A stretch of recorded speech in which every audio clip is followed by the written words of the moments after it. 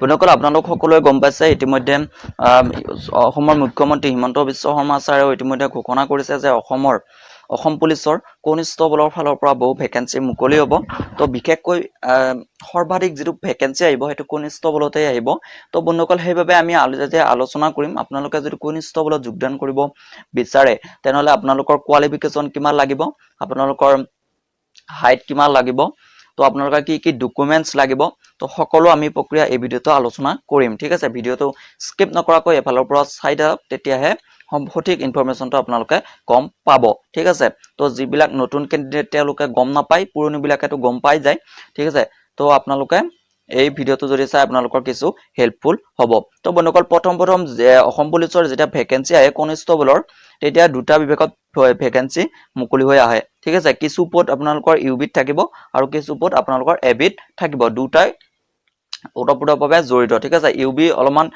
Rank টাইপৰ post হয় আৰু এবি জেনাৰেলি কনিষ্টবল বুলি ক'ব পাৰে বিশেষকৈ দুটা কনিষ্টবলে কিন্তু ইউবিৰ যেটো ষ্টেণ্ডাৰ্ড হেতু অলপ এবিত কৈ বেছি ঠিক আছে তো আপোনালোকে ইয়াত আপোনালোকৰ কোৱালিফিকেশন অনুসৰি আপোনালোকে এপ্লাই কৰিব পাৰিব ঠিক আছে ইউবিত অলপ স্যালাৰিও বেছিকে দিয়া হয় এবিত কৈ ঠিক আছে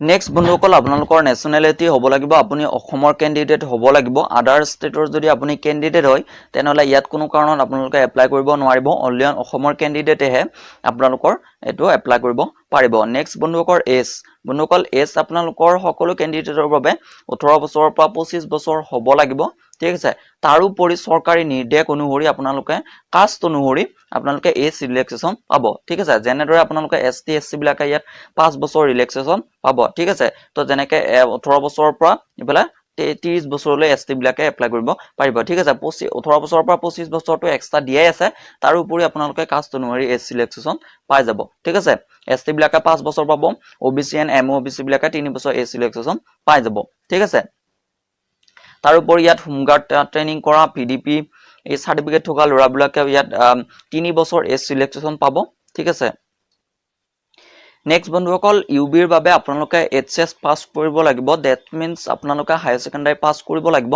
আপোনালোকে যিকোনো বোৰ্ডৰ পৰা যদি পাস কৰিছে যিকোনো ষ্ট্ৰীমৰ পৰা যদি পাস কৰিছে তেনেহলে আপোনালোকে ইউবিত এপ্লাই কৰিব পাৰিব ঠিক আছে কোনো ধৰণৰ পাৰ্সেন্টেজ আপোনালোকৰ প্ৰয়োজন নাই নেক্সট আপোনালোকৰ এবিট আপোনালোকে অনলি মেট্ৰিক পাস যদি কৰিছে তেনেহলে এবিট আপোনালোকে এপ্লাই কৰিব পাৰিব ইয়াতো কোনো ধৰণৰ আপোনালোকৰ পাৰ্সেন্টেজৰ প্ৰয়োজন নাই এটা কথা ধ্যান ৰাখিব বহুতৰ কনফিউজ থাকে যে মই এবিট কৰিম নে ইউবিট কৰিম বন্ধুসকল আপোনালোকে যদি এটা জব লোৱাৰ যদি আপোনালোকৰ ইচ্ছা আছে তেনেহলে দুটাতে এপ্লাই কৰিব কাৰণ ইউবিত যেটো সিলেকশন প্ৰক্ৰিয়া হয় হেতু মাৰ্কৰ ভিত্তিত হয় মানে আপুনি এবিট কৈ যদি অধিক মাৰ্ক পায় তেনেহলে ইউবিত সিলেকশন কৰা হয় ঠিক আছে তো ইউবিত মই আগতে কৈছো স্যালাৰি অলপ বেছি দিয়া হয় ঠিক আছে এবিও ভাল ইউবিও ভাল দুটাই কাৰণ সবৰে চইচ বিলাক বেলেগ তো চইচ অনুসৰি আপোনালোকে এপ্লাই কৰিব পাৰে কিন্তু এটো নহয় যে আপুনি হায়াৰ সেকেন্ডাৰী পাস কৰিছে ইউবিত এপ্লাই কৰিব পাৰিব আপোনালোকে দুটাতে এপ্লাই কৰিব পাৰিব ঠিক আছে তো হেতু আপোনালোকে যেতিয়া অনলাইন দোকানত কৰিব যাবা তেতিয়া তেওঁলোকে কৈয়ে দিব হেতু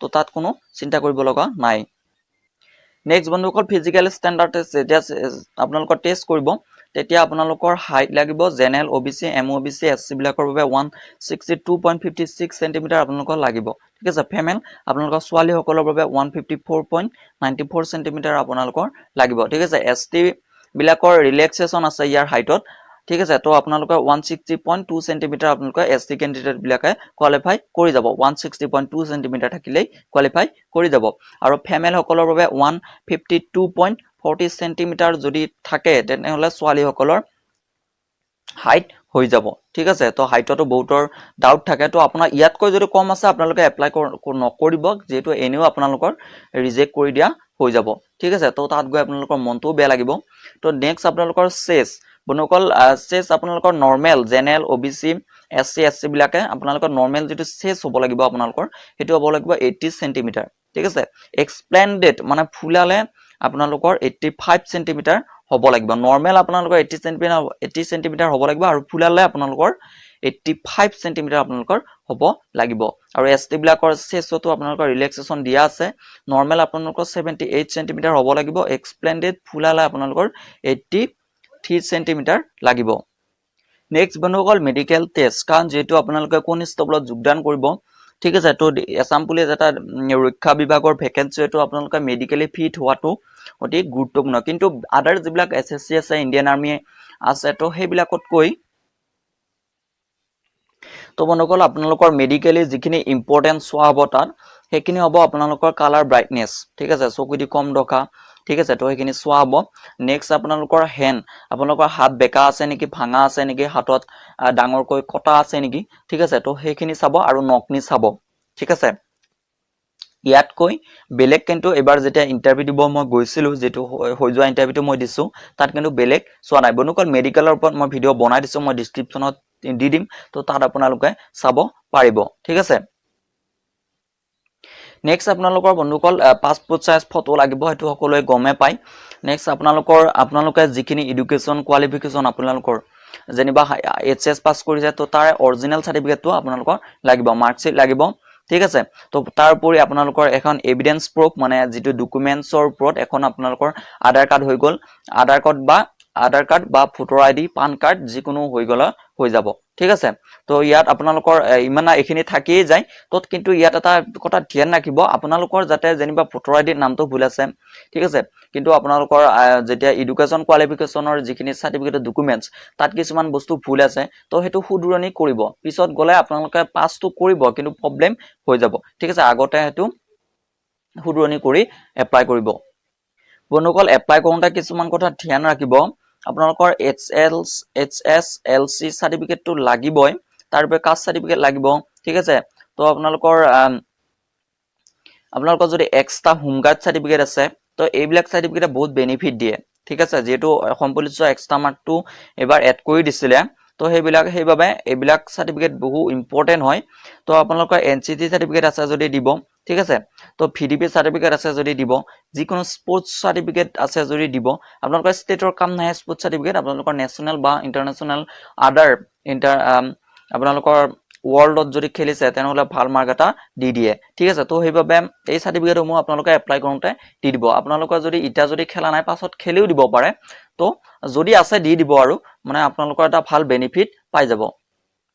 বন্ধুসকল ফিজিকেল ষ্টেণ্ডাৰ্ড টেষ্ট মানে আপোনালোকৰ ফিজিকেল এফিচিয়েঞ্চি টেষ্টত আপোনালোকৰ টোটেল মাৰ্ক থাকিব 40 মাৰ্ক থাকিব, ঠিক আছে। তো 40 মাৰ্ক আপোনালোকৰ মেইন 40 মাৰ্ক থাকিব, লং জাম্পত থাকিব আৰু ৰানিঙত থাকিব। এক্সট্ৰা আপোনালোকৰ 10 মাৰ্ক আপোনালোকৰ আদাৰ যিবিলাক চাৰ্টিফিকেট আছে, যেনেদৰে মই ক'লোঁ কম্পিউটাৰ চাৰ্টিফিকেট, আপোনালোকৰ স্পৰ্টছ হৈ গ'ল, NCC হ'ল, VDP হৈ গ'ল, তো এইবিলাক আদাৰ চাৰ্টিফিকেট, আদাৰ কোৱালিফিকেশ্যন চাৰ্টিফিকেট বিলাকত আপোনালোকৰ এক্সট্ৰা 10 মাৰ্কটো আপোনালোকৰ চাৰ্টিফিকেট অনুযায়ী সেইটো দি দিয়ে, ঠিক আছে। তো সেইবাবে এইখিনি আমি পাছত আলোচনা কৰিম, ঠিক আছে। তো ৰানিং আপোনালোকৰ ফিজিকেল এফিচিয়েঞ্চি টেষ্টত 40 মাৰ্ক হৈ গ'ল, তো তাৰ ৰানিঙত আপোনালোকৰ 3200 মিটাৰ ৰান কৰিব লাগিব আপোনালোকে, সেইটো 14 মিনিটৰ ভিতৰত, ঠিক আছে। তো এইবিলাক আমি পাছত আলোচনা কৰিম। মই যিটো ক'ত কিমান মাৰ্ক থাকে সেইটো মই বিশেষকৈ আলোচনা কৰিছোঁ, কাৰণ ভিডিঅ'টো বহুত ডাঙৰ হৈ যাব। সেইটো এক্সট্ৰা ভিডিঅ' বনাম, ক'ত কেনেকৈ মাৰ্ক দিয়া হয়, ঠিক আছে। নেক্সট আপোনালোকৰ লং জাম্পত 20 মাৰ্ক থাকিব, ঠিক আছে। লং জাম্পৰ মাৰ্কটো আপোনালোকে 20 মাৰ্কেই আনিব চেষ্টা কৰিব, ঠিক আছে।